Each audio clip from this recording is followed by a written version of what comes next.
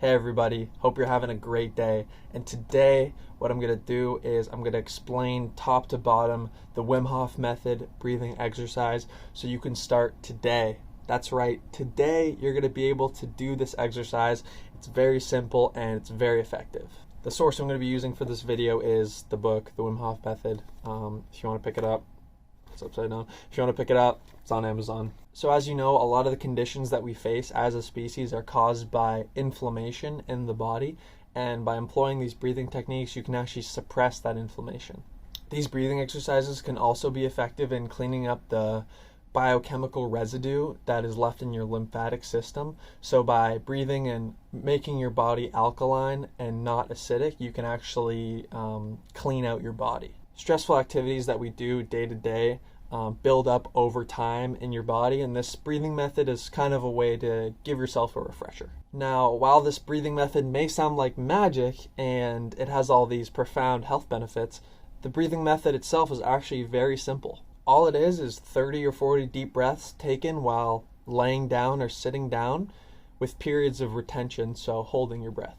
So at the top of the checklist for this breathing method is going to be the location of where you do it. So it's going to be really important to not do it near any body of water or somewhere where it'd be dangerous to faint. So don't do it while driving or something. But other than that, if you do it in the way that I'm about to explain, it is 100% completely safe.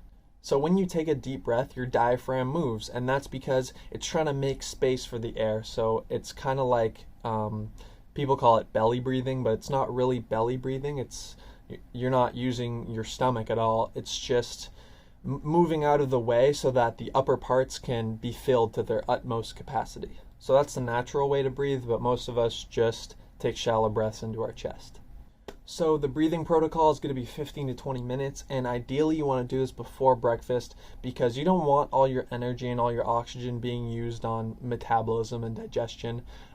That's a function of the parasympathetic nervous system, also known as rest and digest. The breathing is going to activate your adrenal response and bring you into an alert state, so it's ideal that you're not using any energy for digestion. But of course you can do it with a full stomach or in between, but for best results, before breakfast is the best. So as I mentioned before, this technique is 30 to 40 deep breaths through the nose or mouth. If you're just starting out, I suggest start with the nose because it'll give you greater control over your body and mind when you're doing this exercise. But with experience, you can choose because the mouth is quicker, obviously. My personal preference would be to do both. You might think it's impossible to breathe through your nose and mouth at the same time, but you can notice, like, if you sigh, like, it's coming out of the nose and the mouth at the same time. So with practice, you can find that you can actually breathe through the nose and the mouth at the same time. But at the end of the day, it doesn't really matter. What matters is going fully in and filling your lungs to the utmost capacity and then letting it go. So that's what you're going to do. Fully in and letting go. Fully in and letting go. This is what, if you do a guided video, this is what Wim Hof is going to tell you to do. But all the breathing exercise is a full deep breath to your utmost capacity where you belly breathe, so you feel your diaphragm move and you massage your intestines. That'll open up your lungs so you can really fill them to the max. Not to the max, but full, more full than just normally breathing unconsciously, and then letting go. So you don't push the breath out. It's not that. You're just gonna release. So you'll find if you take a deep breath and then relax, the breath will just fall out. So that's what you want to do. You can think of the breath like a wave coming up on the beach and then receding. So in your mind, just go with the flow of the breath. Don't try to contain the breath in your mind, but you want to kind of follow the breath. So just follow it in, follow it out, follow it in, follow it out, just like a rhythm, so it's not super choppy. I'm going to give you a quote from the book that may give you some food for thought for the first time you do this exercise. The breath is as big as the ocean. Let it in fully and then let it go. It is the sea itself. It's where we came from, who we are. It's bigger than us because it is us. you don't have to fully understand that to understand its value, that the breath really is as big as the ocean. If you think about all the air molecules that are going in and out, it's massive. There's just so much air. So just something to think about if you find yourself breathing and you're like, oh, this sucks. Oh, this sucks. I'm so tired of breathing. That's one of the things that you can think of to make it less of a chore. So you're going to be taking these deep breaths in and out, and you're going to feel quite lightheaded and tingly in your limbs and your whole body, honestly, near the end of this breathing process, and it's all perfectly okay. What's happening is CO2 is exiting your body and your body is becoming more alkaline.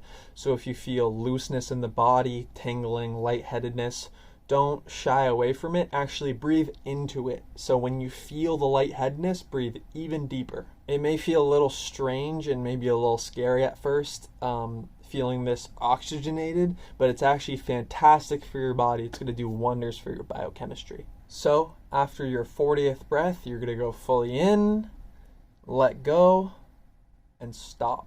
And you're going to hold your breath for as long as you can. And you'll find that because your body is so oxygenated, you can actually hold your breath quite easily for 30 seconds, a minute and 30 seconds. And as you get more experienced, more comfortable with the feeling of CO2 building up, you can even go up to 3 or even 4 minutes.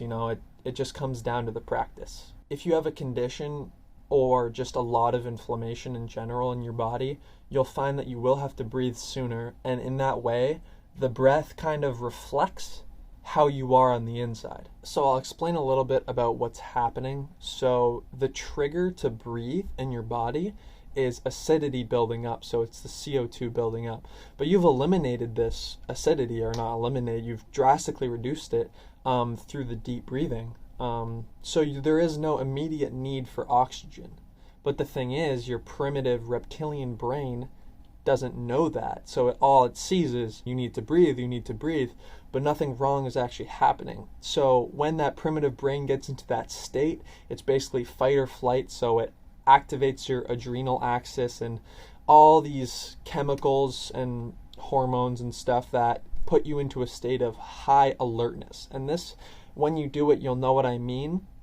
When you're holding your breath, or if as you get to the later part of the retention, you'll become more and more alert and present. And you are kind of required to become more present because the discomfort that is building up in your body because of the CO2, it's going to be harder to deal with if you're in your active mind and you're thinking about, oh, this hurts so much, oh, this hurts. It really helps to be present. So you've been holding your breath, and when you feel a real urge to breathe, so you really need to breathe, you take it in fully like you did before, fill your lungs, but you don't let it go. So you stop at full.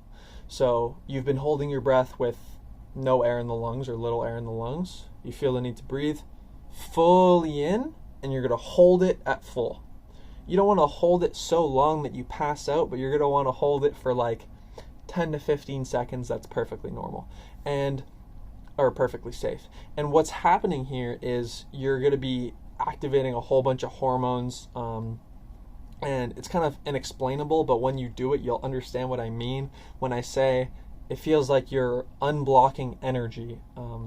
So you can just take that as you will. So as you advance in this technique and you gain more experience with this type of breathing, the period, which is called the recovery breath, when you breathe after the retention phase, where you hold at the full, during this phase, in rounds 3 and 4 and 5, if you continue, you'll encounter like lights and maybe even visions that were stored in your unconscious, brought up to the surface level of your consciousness. Now, I've experienced this in great depth, and it's really inexplainable, but what is maybe happening and what Wim Hof thinks is happening is you are, through this pressure of holding your breath, and he'll even say in some of the guided videos that you squeeze during this recovery breath, you are influencing the pineal gland, which is your third eye, and essentially it's stimulating somehow this third eye to give you visions. I know.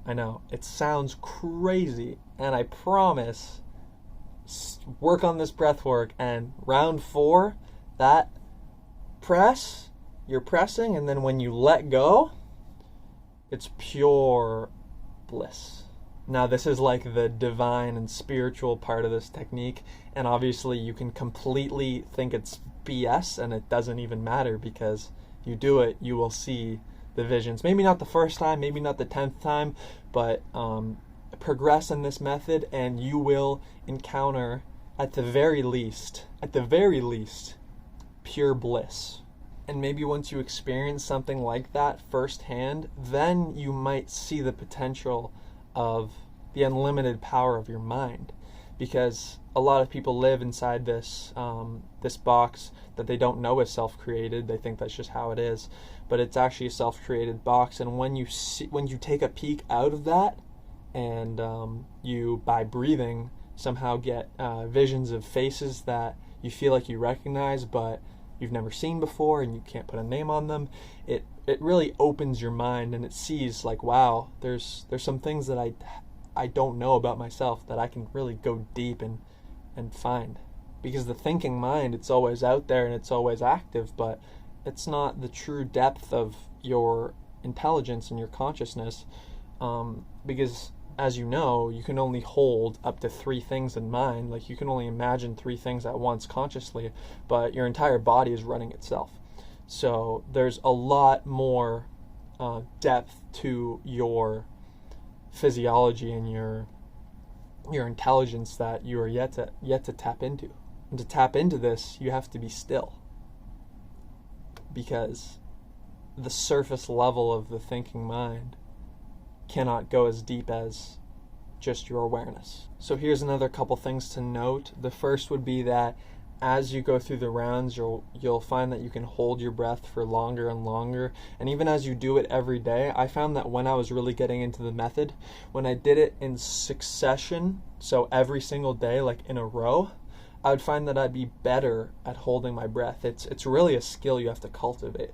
But with that said, it's not about how long you hold your breath. That doesn't matter. It's about just doing it.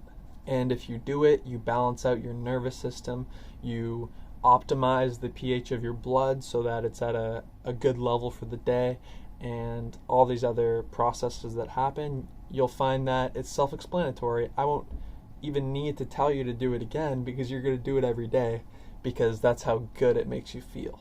And it's not good in the sense of like you get super baked or something. It's basically, I mean, you do get super baked, but that's not the point. It's bringing balance to your body and your mind, and bringing some stillness, at least for 10 to 20 minutes a day, because in our society, not our society, but just the way most people live, we wake up, we are out there thinking about our problems, and we're a solver of problems. That's what we think. That's what the active mind thinks it needs to do all the time. But the true self is still. It's still, it's zero, it's empty. And if you can reconnect with that once a day, you'll be good. Now, this method isn't just for well-being. You can actually employ this, and this is what Wim Hof has done to kind of show the power of this method. He took a team of people, actually he's taken a team of people 3 years in a row up Mount Kilimanjaro in shorts, and they did it in less than 3 days. So I think the most recent one was 48 hours. And none of the people in this team were experienced alpinists. Yeah, I think that's the word. They're not experienced mountaineers, and some of them were actually suffering from really, really serious conditions like MS and Crohn's disease and arthritis. And he did this and took them up, and everyone made it back, armed with little else than a strong will and a breathing method and cold training. He did that to show, in one aspect, the unlimited power of the mind. Now, I'm going to read a quote from the book that really represents well the message that Wim's trying to put out with this breathing method, because it's really this simple. People come up to me with questions like, should I breathe through the nose? Should I breathe through the mouth? should I use the diaphragm, this or that? And I just say, yeah, breathe, motherfuckers. Don't think about it, just do it. I like this because he's really emphasizing that, yes, details are important. Yes, there is a right way and a wrong way to do it. But the main point is just do it, just try it. Try it for 4 days, try it for a week, or the Christmas challenge that I'm doing, try it for a couple weeks and see what happens. Because you have a long life, you can do anything for 10 minutes for a week. And it's not super difficult. It's really simple, actually. It's really simple, it's really effective, and it's life-changing. It's totally changed my life. So lastly, for this video, I'm going to give you some options that you have to practice this method. Now, everyone is different. Everyone likes to do different things. Some people like guided. Some people like to do it by themselves. Some people like something in between. So I'm just going to explain what your options are for this method. So the first and most obvious choice is going to be the guided breathing video. Now, if you look up Wim Hof guided breathing, or it's also in the description, you'll find a 10-minute video with a breathing bubble that shows kind of how to track your breath, but you don't really need to follow the bubble. Just you can hear him breathing as well in the background. So just trying to go with the flow. It's not too important staying with the video. But of course the video is the best for beginners, because during the retention phase, Wim will actually give you some pointers and stuff to think about, food for thought. Because when you're starting out and holding your breath is new to you, you're gonna basically in your mind be going, what's happening? And you're gonna be anxious. So for beginners, I would definitely suggest the guided video, but there are some other options. Also, just wanted to mention, I'm gonna link the advanced video that I use personally every morning, or depending on my work schedule, afternoon. And that this is for when you get advanced, like you don't need to think about it, you know what to do, you know how to do it, and you really want to go deeper. Because I found my deepest point of the breathing, or when I went to the deepest, is after doing the advanced video about 10 to 15 times. Because then you are really experienced with holding your breath, and you know what it's about, and you know what you're practicing presence.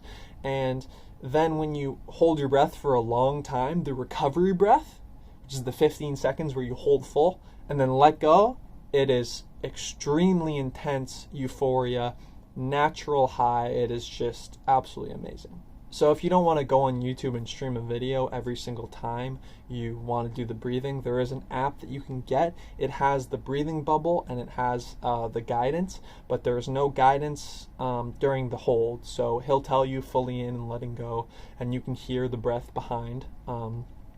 So that's still there, but there is no guidance during the hold, and there's also no time limit on the hold. So for the basic guided video, the holds are, I think, it's 3 rounds, and then it's 1 minute, 1:30, 1:30.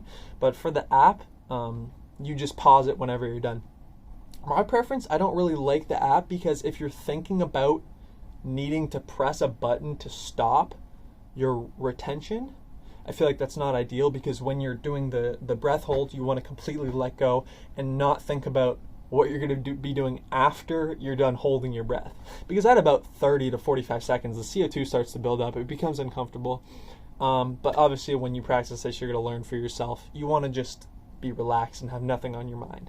But the app is a really good option. It has some other stuff about cold showers as well, so not a bad shout. So the last option I'm going to share with you is just natural breathing in silence, or some light music with no lyrics. Just you can do frequencies, you can do honestly any type of music that you like, but ideally it's not like the center point of what you're doing. Or you can do it in silence. I find that in silence it's a bit harder, because this is why it's the more advanced version of doing it, is because you don't have like the motivation, like you don't have like the sound of someone breathing to go with. But you'll find that once you learn how to do it, like you know what it is. It's 30 or 40 breaths, or whenever you feel ready to hold, and then the hold, recovery breath, let it go, and then start breathing again. Once you have that down, you don't even have to think about it. Then that's when the natural is really, really effective, because you'll find that if there's no video, there's no time restraint where it's like I have to make it to 2 minutes, where it's just you and it's just as long as you can, that's when you find the most profound effect for the hold, because you realize, I'm not going to get into what you realize, but you'll realize it for yourself. Silence is definitely a really good option. If you're interested in experience with cannabis use, if you want to use cannabis right before the breathing method and then do it with music or silence or the video, anything, but personally for me, I like music if I'm going to be doing that. That will give you an experience that will completely blow your mind. I'm not saying do this the first time that you're going to try that, but once you know what you're doing, combining these two magical things will absolutely knock your socks off. Thank you so much for watching. I really hope you give this a go. If you do, message me, let me know how you like it, if you're going to keep doing it. If you tried it and said, oh, it's not for me, that's totally fine as well. Let me know what you think of it, and I hope you have a great day, and I'll see you next time.